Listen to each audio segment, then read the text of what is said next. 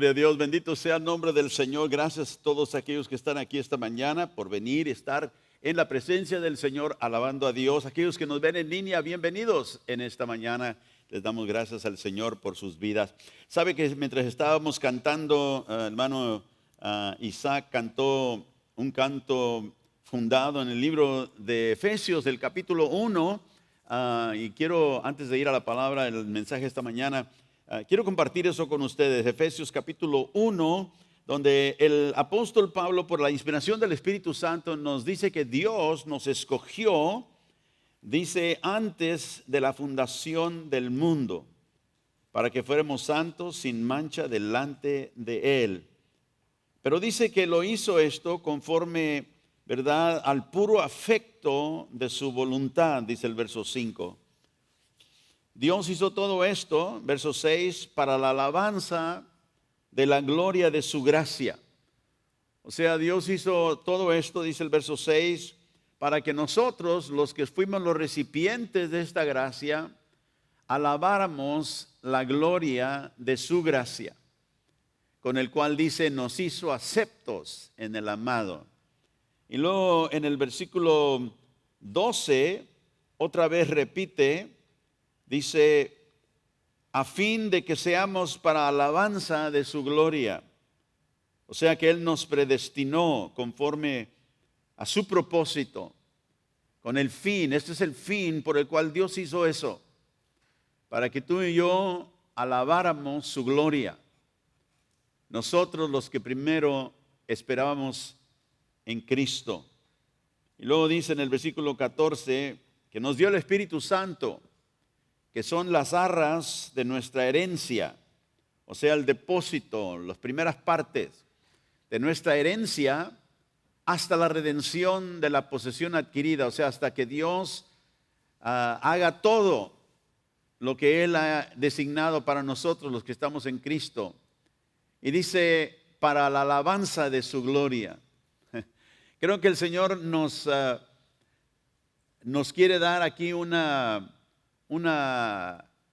énfasis, si puedo decir así, del cual debe de afectar nuestra vida. Tú y yo existimos para la alabanza de la gloria de su gracia. Nosotros fuimos formados para alabar la gloria de su gracia. Y cada uno de nosotros que conocemos al Señor, cuando empezamos a entender eso, nuestra vida empieza a cambiar. Nuestra vida empieza a ser diferente, no solamente con Dios, sino el uno con el otro. Y hemos estado hablando acerca de la comunión espiritual. La semana pasada empecé hablando un poquito de ello. Romanos capítulo 12. Vamos ahí hablando, Pablo, de los diferentes miembros de la iglesia, del cuerpo de Cristo. Nos dice en Romanos 12, verso 4. Así como nuestro cuerpo tiene muchas partes, y todos podemos entender eso, nuestro cuerpo es uno, pero hay muchas partes independientes que funcionan independientemente. Dice, aunque nuestro cuerpo tiene muchas partes, cada parte tiene una función específica. Me dijo un hermano hace muchos años, el pie no es para rascarte la espalda. ¿Por qué? Porque no es la función, ¿verdad? La mano, los dedos, eso sí. Pero el pie no, el pie tiene otra función. Entonces dice, todos tenemos una función específica. Y luego el verso 5, el apóstol dice, el cuerpo de Cristo así es también. Nosotros somos las diversas partes de un solo cuerpo y nos pertenecemos unos a otros. La semana pasada dije que parte de la comunión que tenemos en Cristo es que como miembros del cuerpo de Cristo nos pertenecemos los unos a los otros. Podamos entenderlo o no, seamos locales las partes o seamos universales en extenso, hay cristianos en todas partes del mundo, ellos también nos pertenecen a nosotros y nosotros a ellos, porque hay un cuerpo solamente. No hay muchas partes del cuerpo de Cristo por todos lados. Todos formamos un cuerpo. Así que el cuerpo de Cristo es universal, nos pertenecemos, dice aquí, los unos a los otros. Y esa es una verdad muy importante que cada uno de nosotros, si queremos crecer, experimentar una verdadera comunión, tenemos que entender. Hablamos del cuidado que debemos de tener el uno por el otro. Pablo después en este capítulo nos va a decir, no pretendan amar a otros, ámenlos de corazón. No es un amor simplemente de lejos, un amor que pretende, sino un amor genuino. Hablamos del honor que debemos de tener los unos por los otros. Pablo también menciona esto en este capítulo. También la admonestación o la reprensión a los miembros del cuerpo. Todos, porque somos hijos, en un tiempo u otro nos viene la reprensión por Dios, de parte de nuestro Padre, pero a veces a través de los otros miembros del cuerpo, porque nos amamos los unos a los otros. Parte de la comunión espiritual es la reprensión. Y también la oración. Vimos que debemos orar los unos por los otros. Es una responsabilidad por los miembros del cuerpo. Cada uno tenemos esa responsabilidad. Y luego hablamos acerca de la unión que tenemos y la comunión que debemos tener y desarrollar. La relación de unión con Dios, dijimos que es la realidad objetiva, la realidad que nos conecta a Dios y a Cristo por fe en Él. Esta relación, la unión con Cristo, dije que es fija, es objetiva. Esta relación de unión con Cristo no cambia con el tiempo. Déjeme explicar esto. La unión con Cristo, si somos de Cristo, esa unión no va a cambiar jamás. Esa unión es permanente.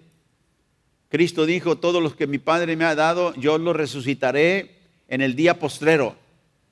No perderé ninguno de ellos.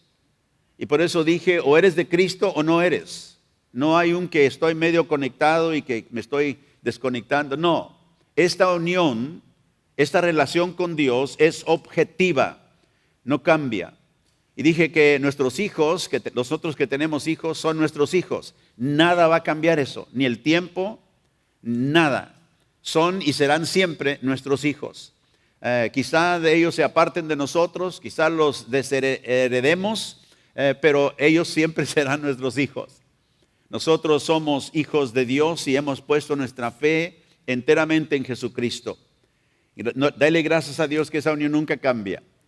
Luego, la comunión con Dios, la comunión con Cristo, es una realidad interna subjetiva. Esta sí cambia, esta sí se desarrolla con el tiempo, con el esfuerzo, con la disciplina. Es la relación a la cual la Biblia nos amonesta y nos llama a crecer, a profundizar nuestra vida. Esta es la comunión con Cristo, la comunión con el Padre. En 2 de Pedro, capítulo 3 y verso 8, el apóstol Pedro dice, creced en la gracia. O sea, la gracia que hemos recibido de Dios, la gracia que nos ha conectado con Dios, ¿verdad? Ahora puede ser una comunión expresiva, creciente. Dice, crece en la gracia. ¿Y en qué más tenemos que crecer? En el conocimiento. No nos debemos de quedar ignorantes espiritualmente, porque eso afecta nuestra comunión con Dios. Ahora, no afecta nuestra unión, porque esa es ¿qué? Objetiva. Pero sí afecta en la manera en que nosotros experimentamos esa unión. O tenemos comunión con el Señor o carecemos en esa comunión con el Señor. Ahí dice, crece en el conocimiento de nuestro Señor Jesucristo y Salvador Jesucristo. O sea que nosotros debemos conocer al Señor, lo hemos conocido por fe en la salvación que nos dio esa unión con el Padre. Pero ahora tenemos que conocerlo en su persona, tenemos que conocerlo en el carácter de su persona. Y dice que este viene por crecimiento en la gracia, ¿verdad? Y el conocimiento de nuestro Señor Jesucristo. Tú y yo debemos continuamente crecer en ese conocimiento. En el conocimiento y en la gracia. Todos digan gracia. Ahora, el escritor de Hebreos nos dice en el capítulo 12, el versículo 15, cuídense unos a otros para que ninguno de ustedes deje de recibir la gracia de Dios. O sea que tenemos que tener cuidado que la gracia de Dios no la hagamos a un lado, sino que nosotros podamos ser recipientes de esa gracia. Dice, tengan cuidado de que no brote ninguna raíz venenosa de amargura, la cual las trastorna a ustedes y envenene a muchos. O sea que la gracia de Dios es algo en la cual podemos crecer, pero también algo que debemos de cuidar en nuestros hermanos, en nosotros. Porque hay un crecimiento que es necesario y tenemos que cuidarnos que no caigamos de esa provisión que el Señor nos ha dado. Y es ahí donde crecemos en nuestra comunión con Dios. Y luego en 2 de Pedro, una vez más, en el capítulo 1, Pedro nos dice esto, empezando en el versículo 5 de 1 de Pedro, capítulo 1.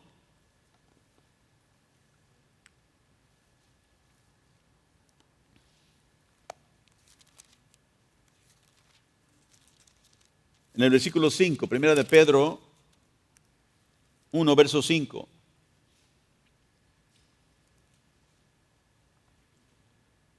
Dice que sois guardados por el poder de Dios, hablando a los creyentes que seguimos al Señor.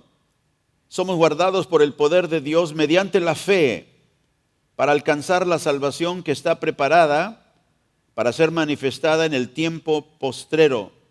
Aquí nos habla de una salvación que podemos alcanzar, que está preparada para ser manifestada en el tiempo postrero. No quiere decir que no tenemos salvación, pero la salvación es no solamente pasado, Cristo nos salvó, es presente, Cristo nos está salvando, y en el futuro cuando Él venga, Él nos salvará. O sea, es una salvación que encierra todo el tiempo de nuestra vida hasta la eternidad. Y nos dice, para alcanzar la salvación que está preparada para ser manifestada en el tiempo postrero, en lo cual vosotros os alegráis.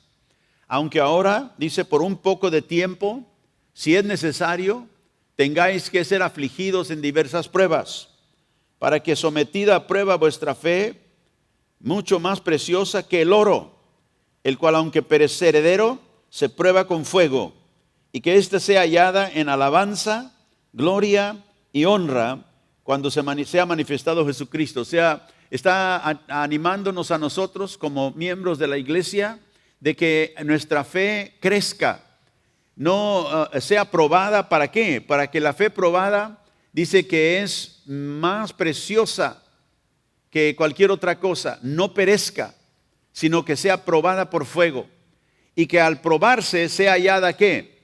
En alabanza, en gloria, en honra al Señor cuando Él se manifieste. A quien aún amáis sin haberle visto, en quien creyendo, aunque ahora no lo veáis, os alegráis con gozo inefable, obteniendo el fin de vuestra fe, que es la salvación de vuestras almas. Ahora, el Señor nos ha preparado para esta vida, pero esta vida no la podemos vivir nosotros separados, aislados de nuestros hermanos. No podemos vivir una vida creciente en la gracia, en el conocimiento del Señor, sin que nosotros tengamos a nuestros hermanos que nos ayuden en ese crecimiento. Por eso Dios ha creado un cuerpo. Por eso dije, cuando el Señor nos salvó, Él hizo algo eterno, algo real, aunque era espiritual. Él nos puso en el cuerpo de Cristo. Él nos injertó, Él nos trajo a este cuerpo para que ahora nosotros pudiéramos, en el desarrollo de nuestra fe, confiar en Él y ser ayudados por nuestros hermanos. Hoy queremos expandir un poquito más este tema de la comunión espiritual. En Génesis capítulo 2, verso 18, hay una escritura muy conocida por muchos de nosotros, los cristianos, Génesis 2, 18, donde el Señor, cuando crió a Adán y a Eva, dijo esto: no es bueno. Todos digan, no es bueno. Ahora es interesante esa frase porque cuando Dios hizo la creación en Génesis, la Biblia dice que lo que Dios crió y dijo, y vio que era bueno. Y Dios crió los animales y vio que era bueno.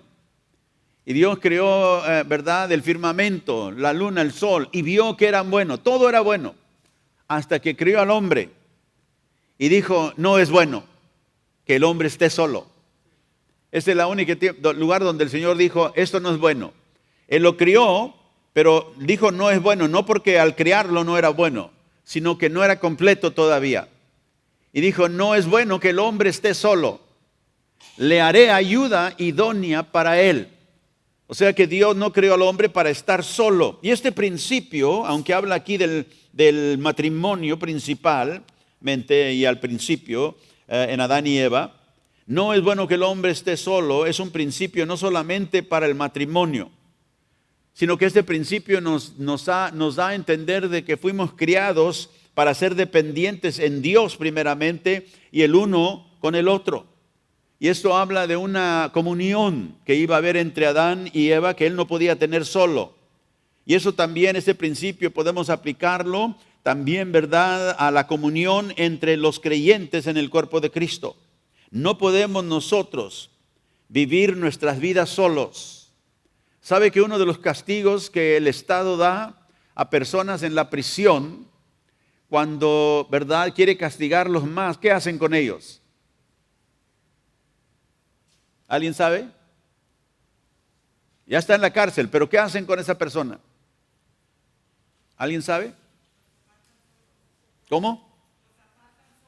Los ponen en un lugar solitario, solos. Es un castigo mayor. ¿Por qué? Porque estando uno solo, y quizá alguien diga, qué bueno, yo estaré solo, pero con el tiempo te das cuenta que no es bueno estar solo. Porque Dios no nos creó para estar solos.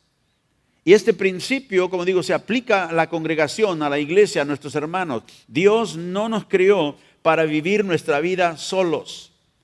Así que la comunión con nuestros hermanos no es un lujo, sino es una necesidad vital para nuestra salud espiritual, para nuestro crecimiento espiritual. Es una verdad vital, como digo. ¿Por qué? Porque, como dijo, la comunión es el compartimiento el uno con el otro, el compartir nuestras vidas los unos con los otros, el compartir la vida que tenemos en común en medio de nuestros hermanos, esa vida que tenemos en común porque tenemos a Cristo en nuestra vida. Es el compartir el uno con el otro de lo que Dios nos ha dado, lo que Dios nos ha otorgado.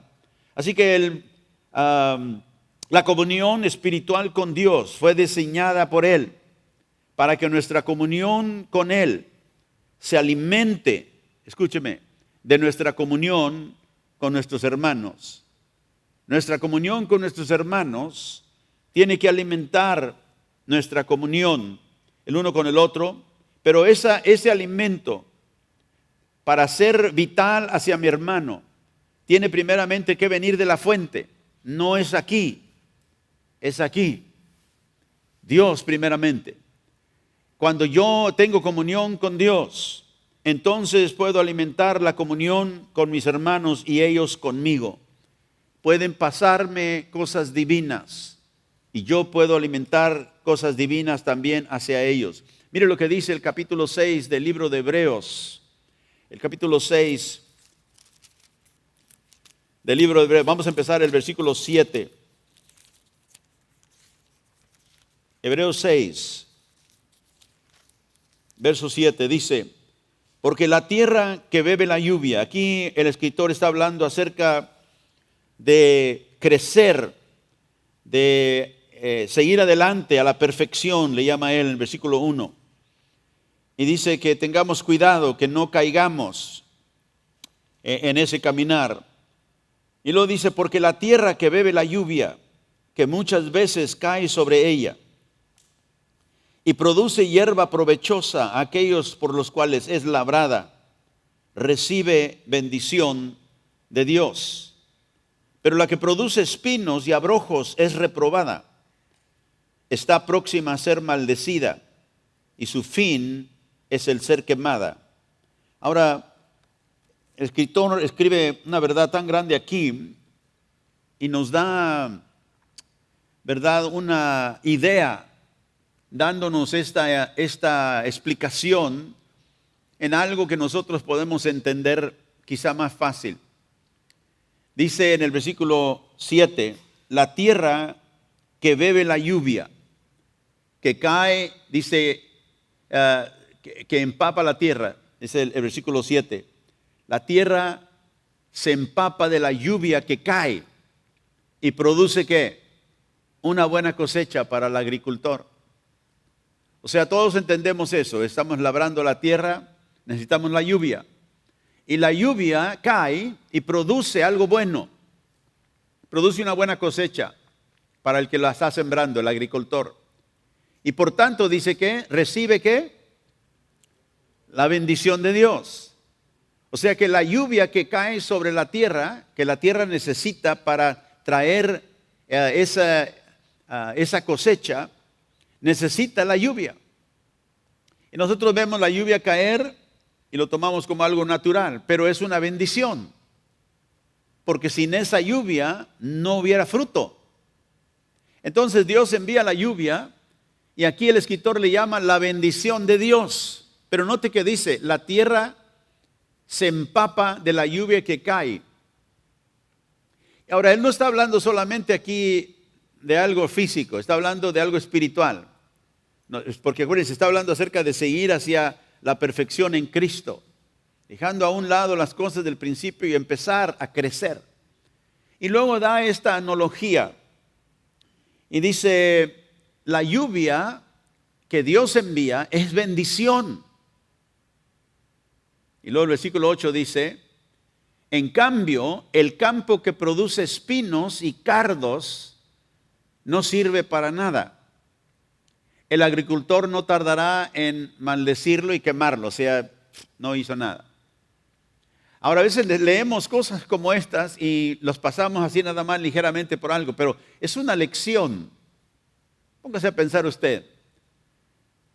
Si usted tiene un campo donde está creciendo, quiere crecer, ¿verdad? Fruto, quiere crecer una cosecha buena. ¿Quiere usted agua o quiere usted sequía? ¿Qué quiere? Agua. Porque dice el agua es una bendición. ¿Para qué? Para la tierra.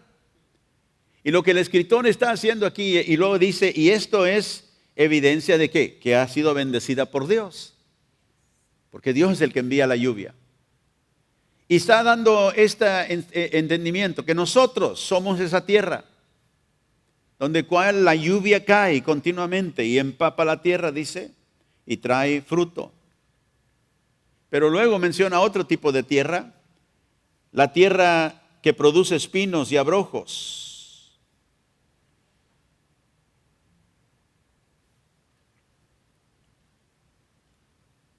La lluvia que viene del cielo, Isaías dice, Dios dijo por el profeta Isaías, mi palabra es como la lluvia que desciende del cielo.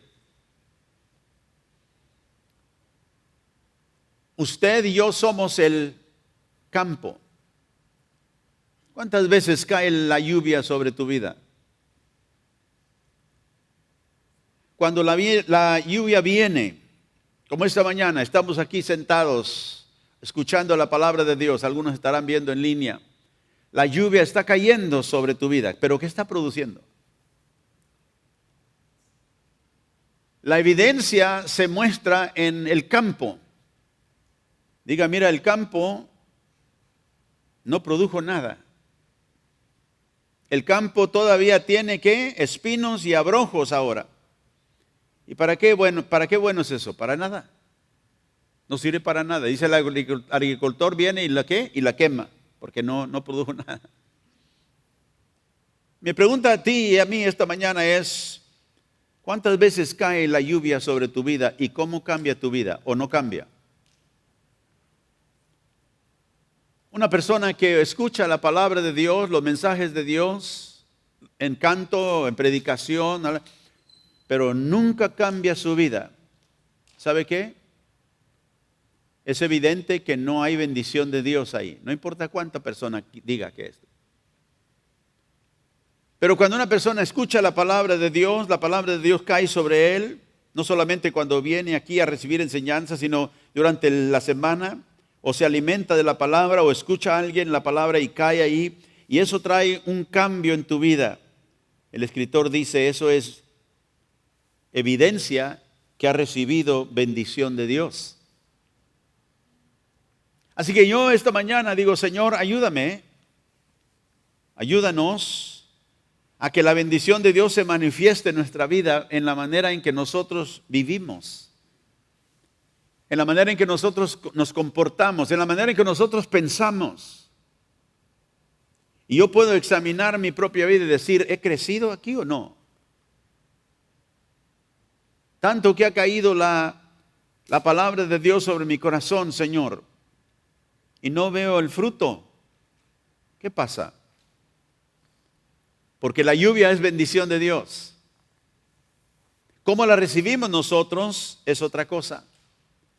Y por eso digo que cuando viene la lluvia, cuando viene la palabra de Dios, nosotros debemos decir, Señor, enséñame, abre mi corazón para entender. Y cuando nosotros recibimos del Señor, es bendición. No solamente para nosotros, sino también para otros. Mire lo que dice el versículo 9 en adelante. Sígame. Dice, queridos amigos, aunque hablamos de este modo, no creemos que esto se aplique a ustedes. Estamos convencidos de que ustedes están destinados ¿para qué? Para cosas mejores, las cuales vienen con la salvación. No, te acaba de hablar acerca de aquello que produce espinos y abrojos y que va a ser quemada, maldecida, pero dice, de ustedes nosotros creemos algo más mejor. Estamos convencidos de que ustedes son destinados a cosas mejores. ¿Cuáles? Las cosas que vienen con la salvación. Está hablando a gente salva. Verso 10. Pues Dios no es injusto. No se olvidará con cuánto esfuerzo han trabajado. ¿Para quién? Díganlo a voz alta. ¿Para quién? Para Él. Dice, ustedes trabajaban para Él. Y como han demostrado su amor por Él, comunión con Dios.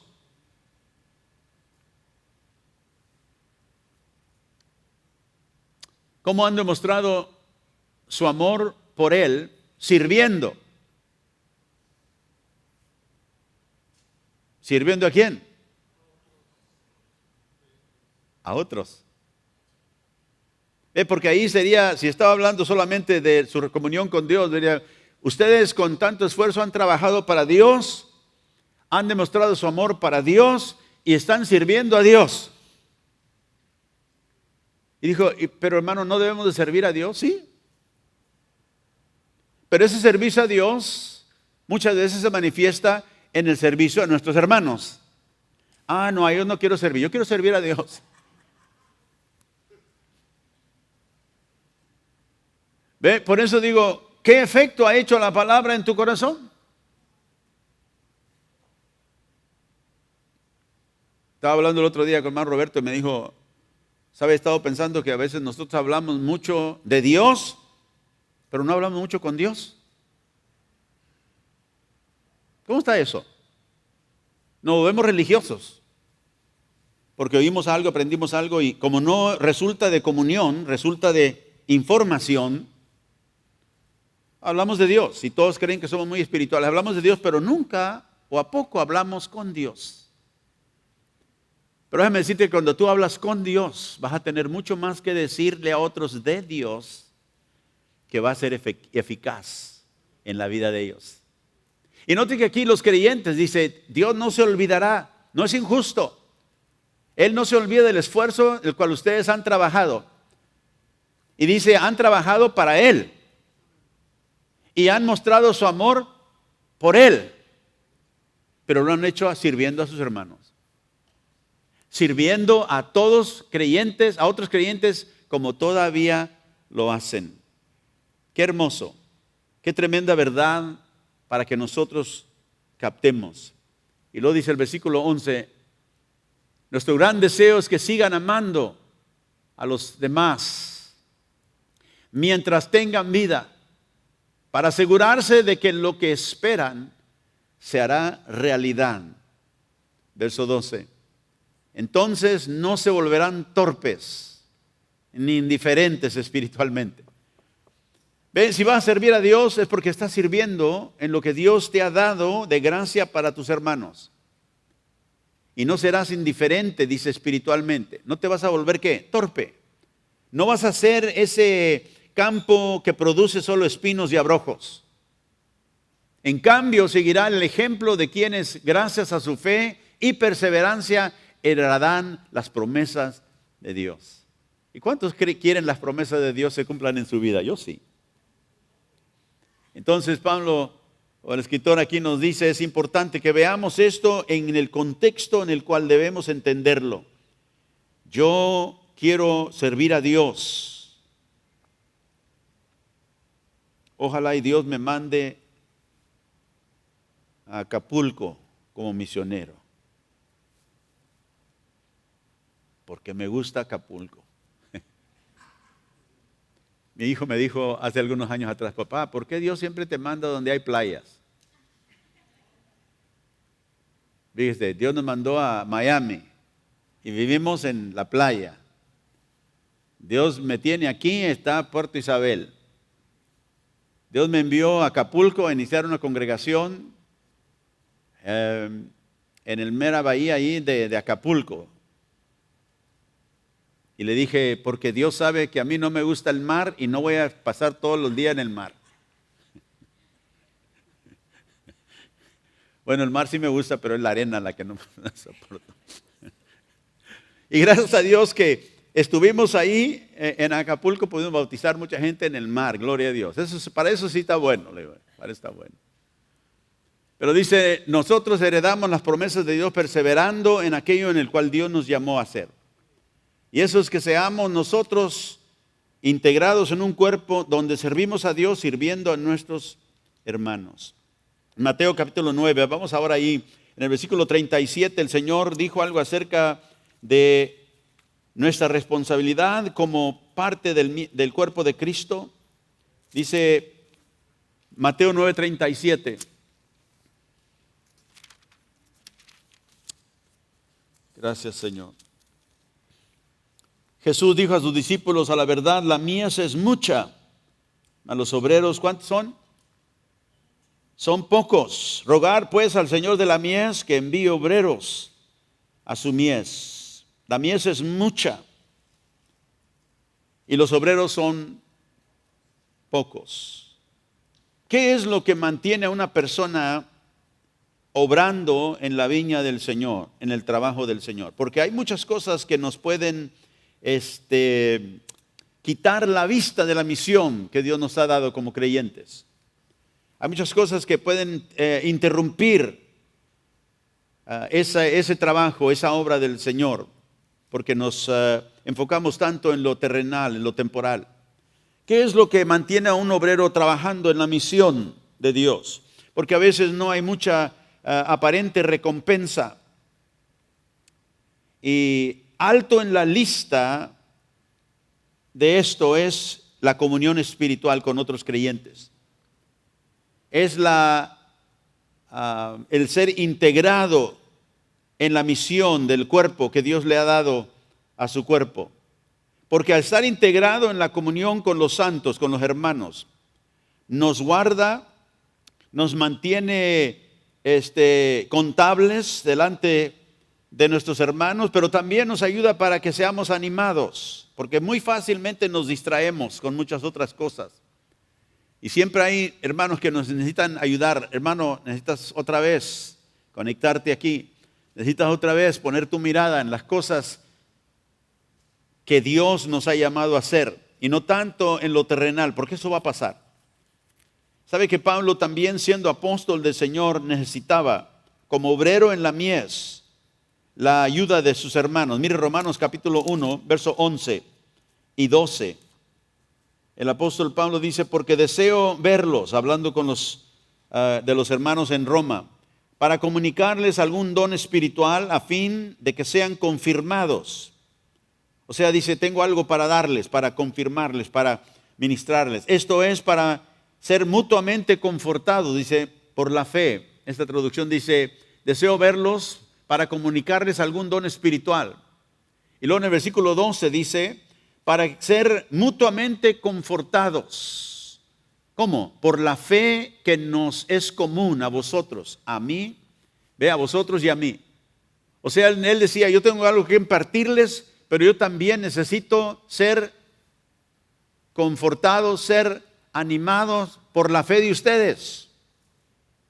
O sea que hay una fe que opera en las dos maneras, dando y recibiendo. Y Pablo también reconocía que él necesitaba esto, la fe de sus hermanos. Dice que es común, una fe que compartimos en Cristo juntos. Y aunque él era apóstol y tenía algo que darle, reconocía que el cuerpo también tenía algo que suministrarle a él. La Biblia dice que dos son mejores que uno, dice Eclesiastés 4:9. Y el Proverbios 27, verso 17, el escritor nos dice, Proverbios 27, 17. Gracias, Señor. ¿No los tienes en orden ahí? Gracias. Hierro con hierro, dice, se aguza. Y así el hombre aguza el rostro de su hermano. Ve, el hierro con el hierro se aguza, se hace, ¿cómo diré? Más eficaz. ¿Por qué? Porque le saca, como decimos nosotros, le saca filo.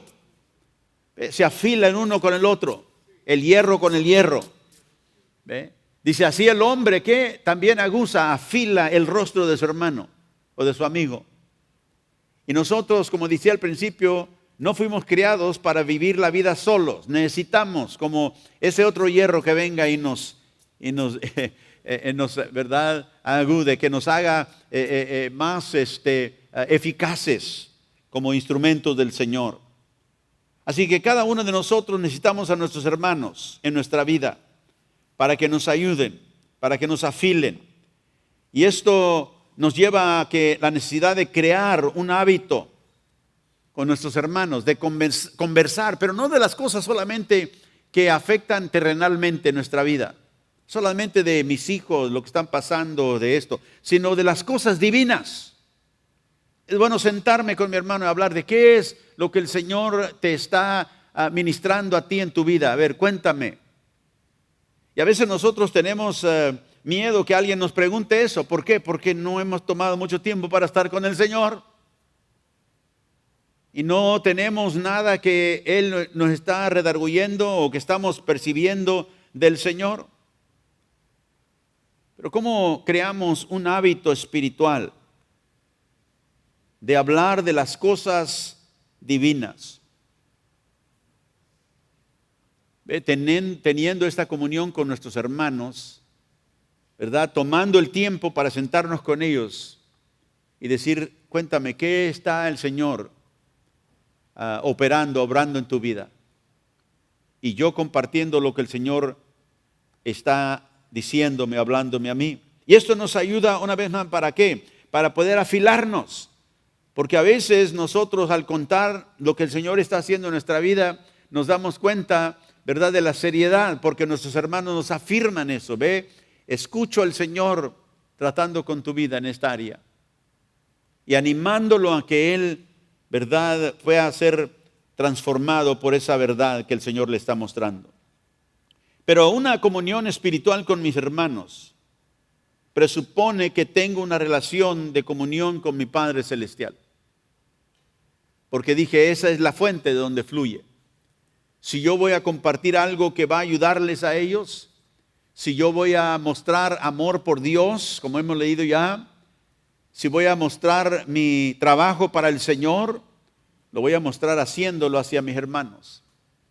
Y cuando nosotros tomamos esto seriamente, vamos a crear ese hábito, porque es un hábito que debe de crearse. Y si no lo hacemos, no estamos aprendiendo de nuestra comunión con Dios, ¿qué es lo que vamos a compartir con otros? Solamente lo terrenal. Solamente aquello que realmente al final no va a tener mucha cuenta en la eternidad. Pero si nosotros tomamos el tiempo con Dios necesario para que Dios nos hable, nos ministre, entonces podremos tener algo que dar a nuestros hermanos. Y no podemos sustituir, digo una vez más, el hablar de Dios con el hablar con Dios. Y haces esta pregunta en tu vida: ¿hablo más de Dios de lo que hablo con Dios? Quizás necesito a un momento, ¿verdad?, frenar de hablar tanto de Dios porque no he hablado con Dios lo suficiente.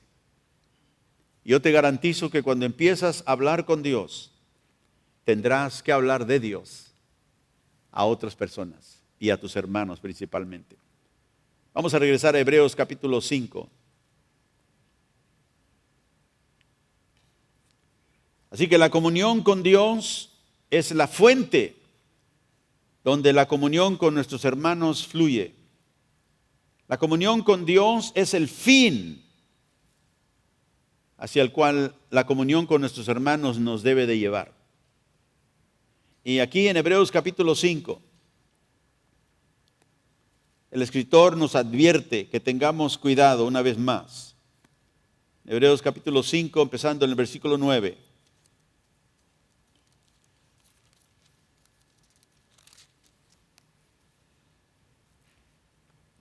Y habiendo sido perfeccionado, hablando de Jesucristo, vino a ser autor de eterna salvación para todos los que le obedecen. Y fue declarado por Dios sumo sacerdote según el orden de Melquisedec. Acerca de esto tenemos mucho que decir y difícil de explicar, por cuanto os habéis hecho tardos para oír. Note esa expresión. Os habéis hecho tardos para oír. Porque debiendo ser ya maestros después de tanto tiempo, tenéis necesidad de que os se vuelva a enseñar cuáles son los primeros rudimentos de las palabras de Dios. Habéis llegado a ser tales que necesitas leche y no alimento sólido. Todo aquel que participa de la leche es inexperto en la palabra de la justicia, porque es niño. Ve, todos principiamos nuestra vida espiritual como niños. Todos empezamos, aunque seamos adultos y maduros de conocimiento y sabiduría terrenal, todavía no entendemos las cosas del Espíritu y por eso como niños tenemos que crecer. Y cuando participamos de la leche somos como niños, necesitamos lo poquito. Dice, ¿y somos qué? Inexpertos en la palabra de la justicia, porque todavía tenemos actitudes y cualidades de niños, aunque seamos gente ya grande. Y luego el verso 14 dice, porque el alimento sólido es para los que han alcanzado madurez. O sea, no le damos nosotros, ¿verdad?, un trozo de asado de puerco a un niño. No le damos un pedazo de pollo, una pierna de pollo, se la metemos a la boca. ¿Por qué? Porque es un niño, no puede todavía asimilar ese alimento. Pero el alimento sólido es para ¿quién? Los que han alcanzado madurez, o sea, los que ya están creciendo o han crecido. Para los que por el uso, ¿por el qué? El uso. Dice, tienen los sentidos ejercitados. ¿Qué sentidos ejercitados? Está hablando de los sentidos espirituales. El alimento sólido que una persona necesita para crecer. Dice, por el uso de esa palabra, por el uso de ese alimento, tienen los sentidos ejercitados. ¿Para qué? Para discernir. Para el discernimiento del bien y del mal. ¿Qué es lo que debo hacer y no debo hacer? Porque como niño, me importa.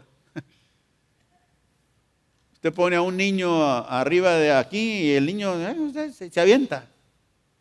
Porque no tiene experiencia. Y quizás lo ve un poquito, pero al rato se va a aventar. ¿Por qué? Porque no entiende todavía.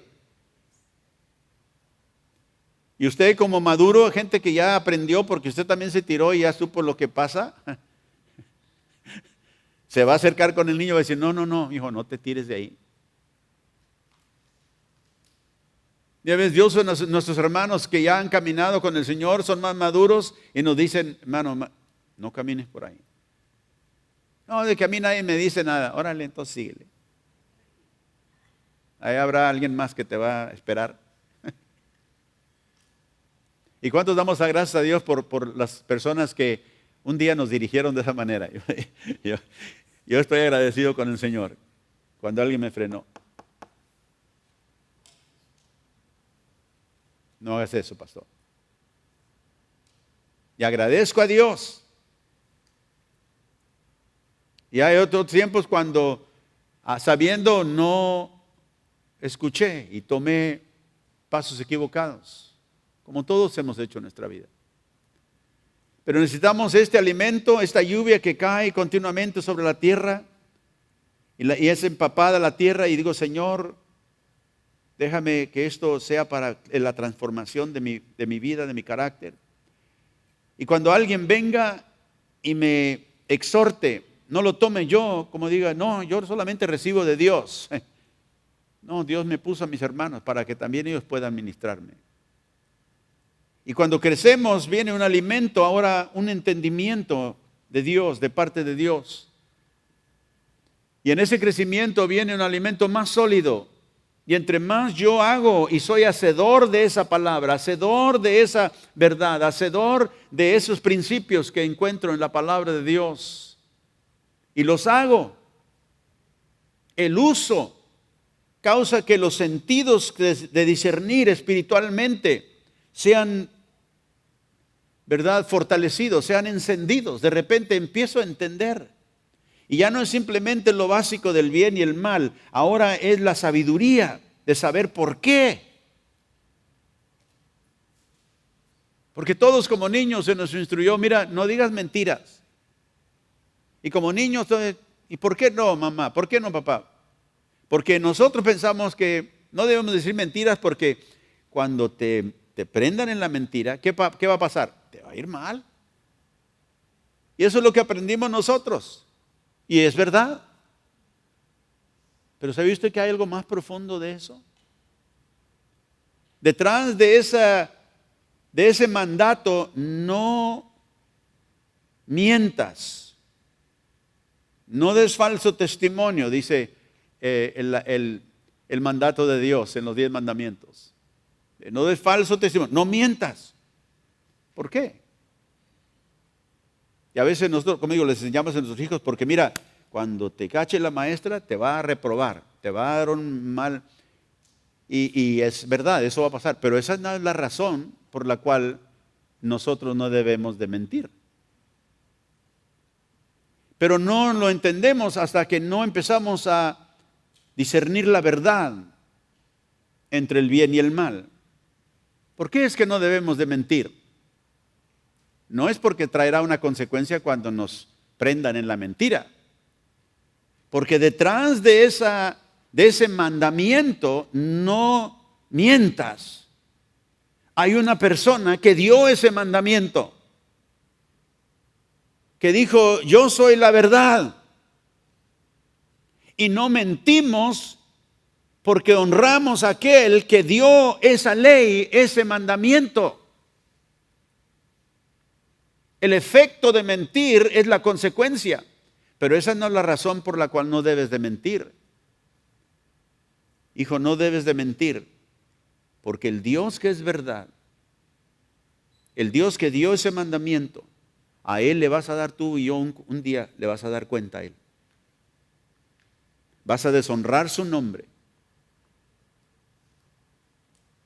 Ve, pero eso viene con ¿qué? Eso viene con discernimiento.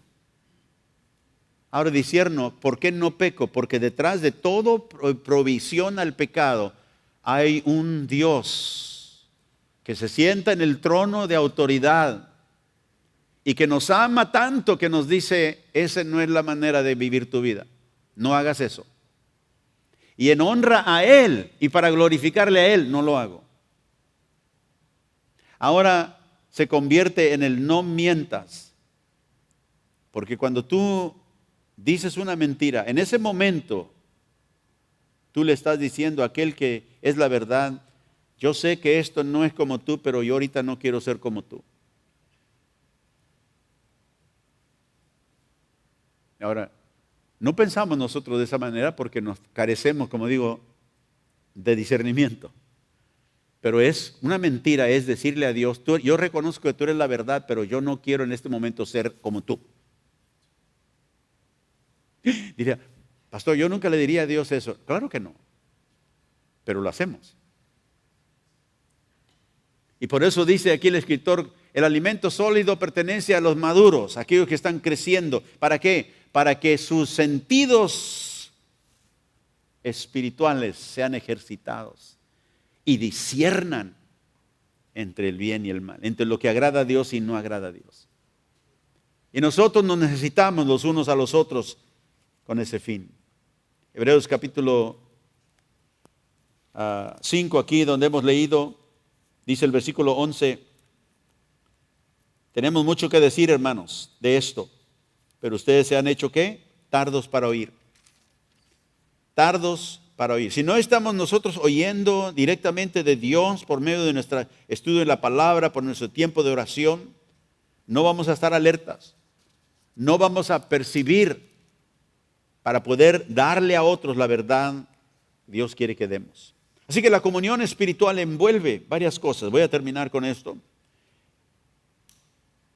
La comunión entre hermanos en Cristo, es un compromiso. Diga compromiso. ¿Es un compromiso a qué?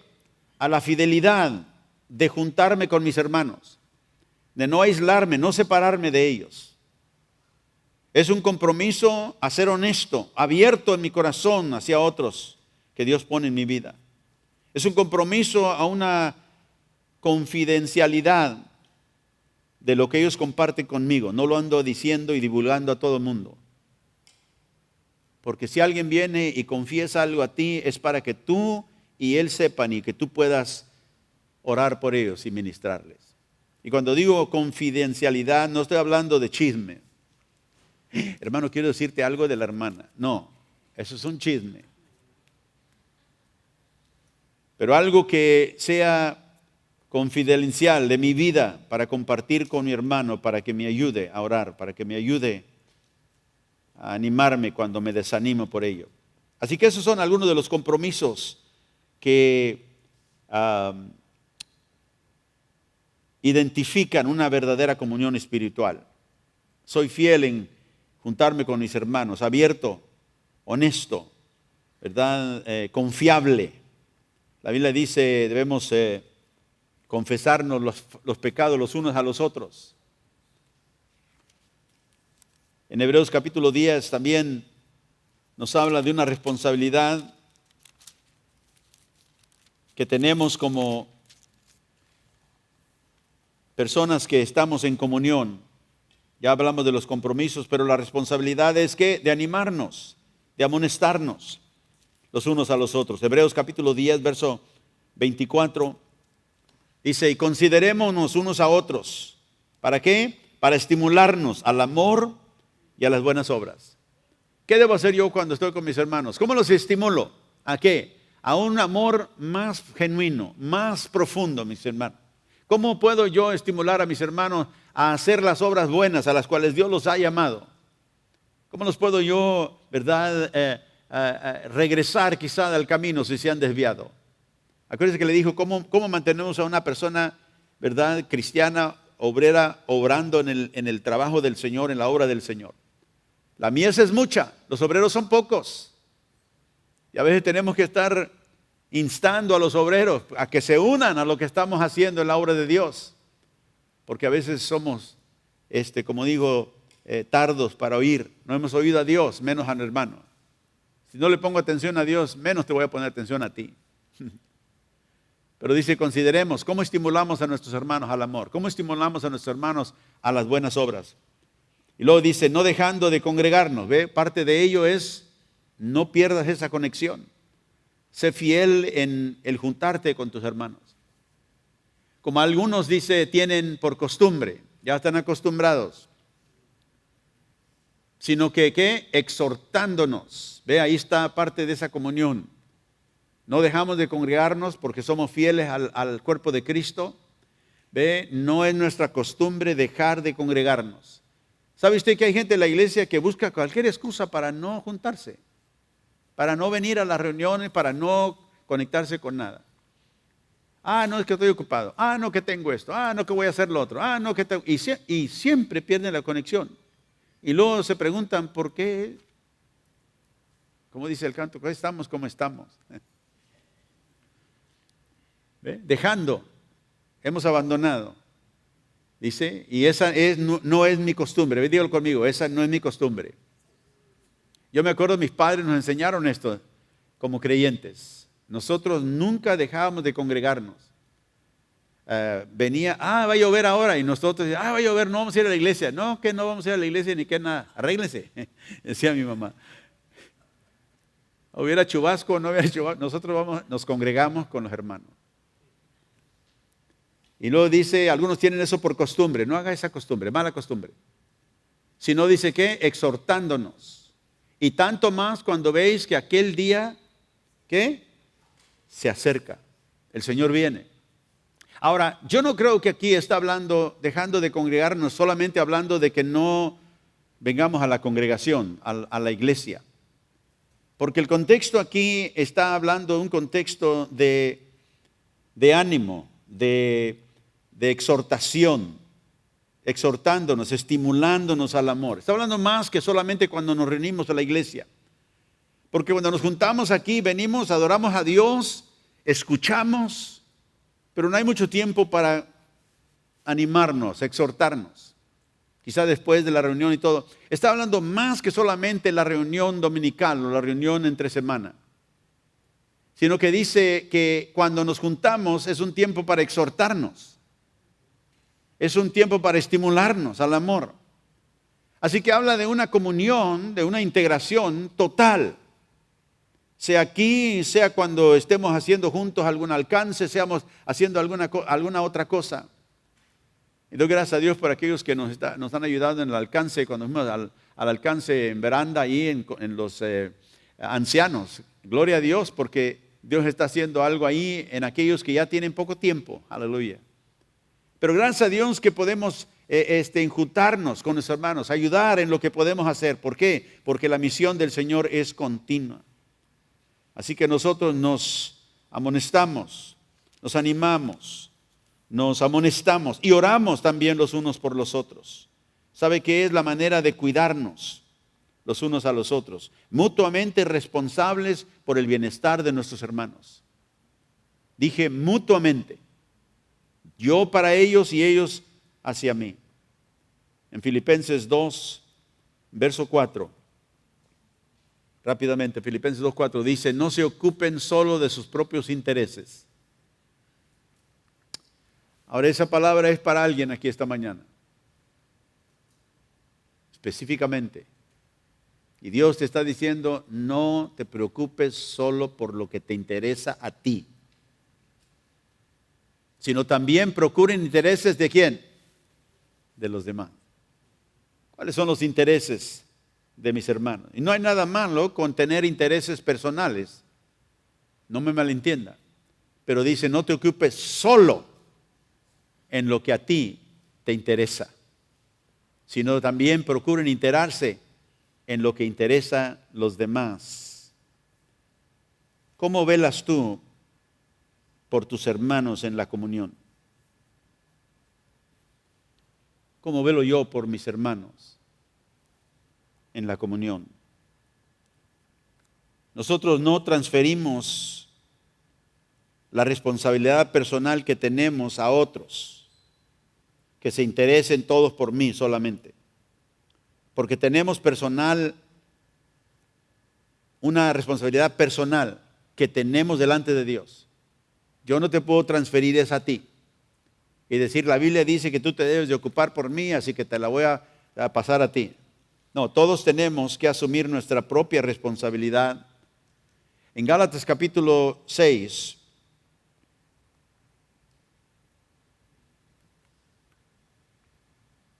Verso 2. Dice, ayúdense a llevar los unos las cargas de los otros. ¿Qué debemos hacer? Ayudarnos. ¿Llevar qué? La carga de los unos, de los otros.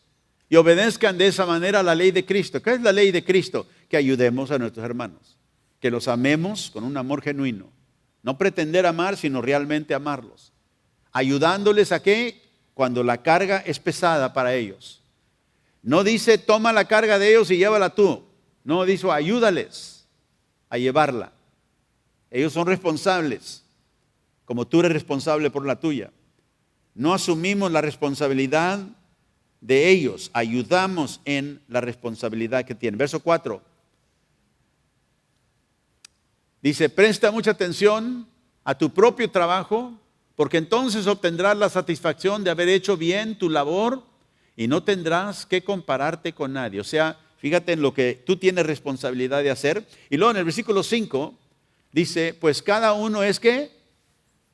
Responsable de su propia conducta.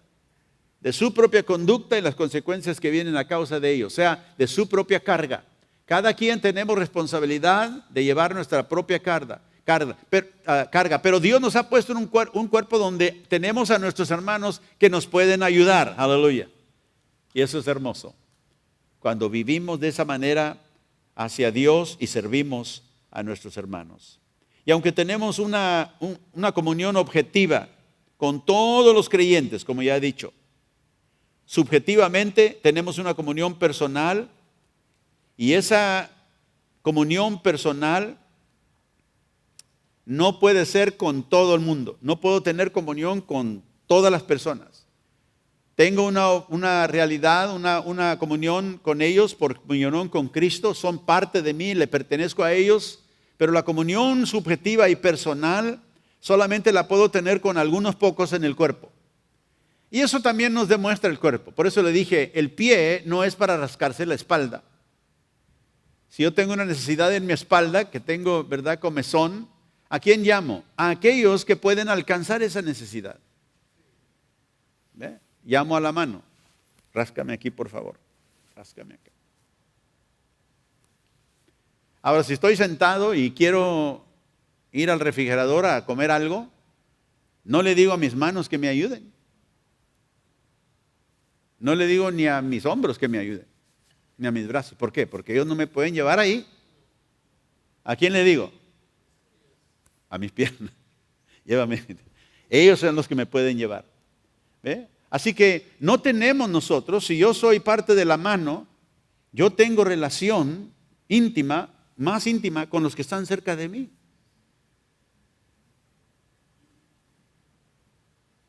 Entonces es ahí donde yo tengo que desarrollar una relación más personal, más subjetiva, íntima con mis hermanos. Oro por todos, pero tengo algunas personas que están cerca a mí, a las cuales yo puedo conectarme. Mucha gente a veces en la iglesia dice, es que yo no tengo a nadie, tengo una iglesia, hermano, pero no tengo a nadie con quien. Y Dios me trae personas a mi alrededor, pero no quiero conectarme con aquellos,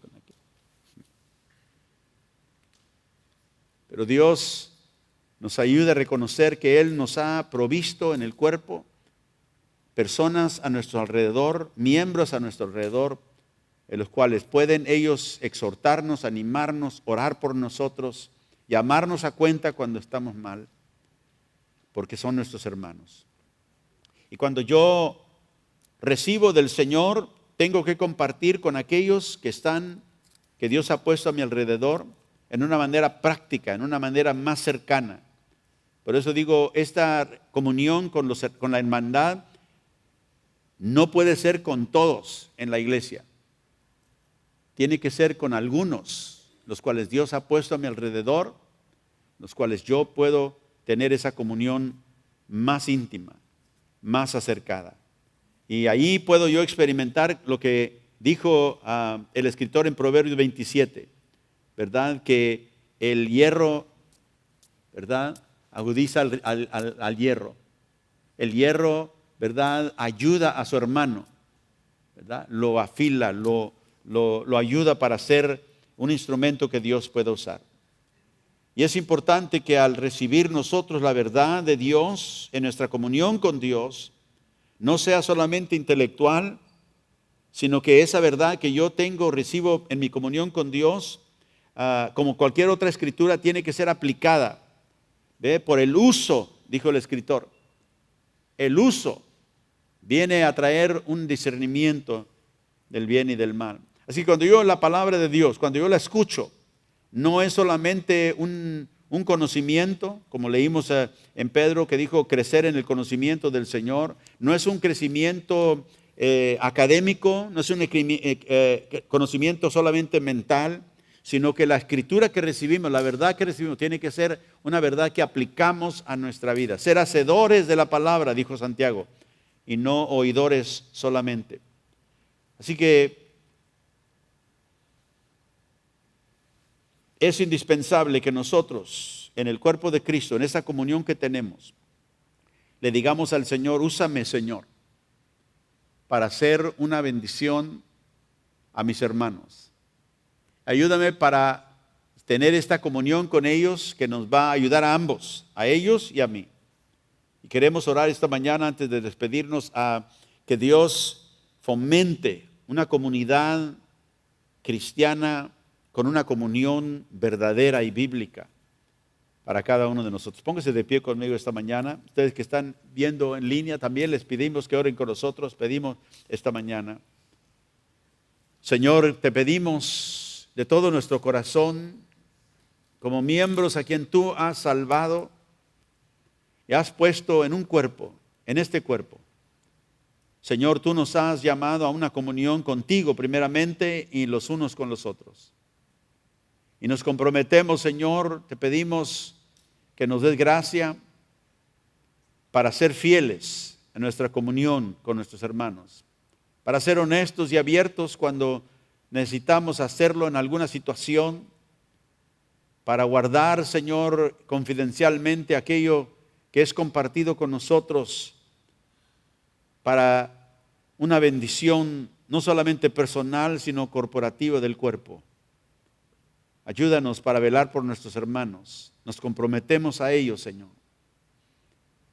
Te pedimos que nos ayudes a ser responsables para animarnos los unos a los otros, amonestarnos, para fomentar, Señor, el amor y las buenas obras en nuestros medios.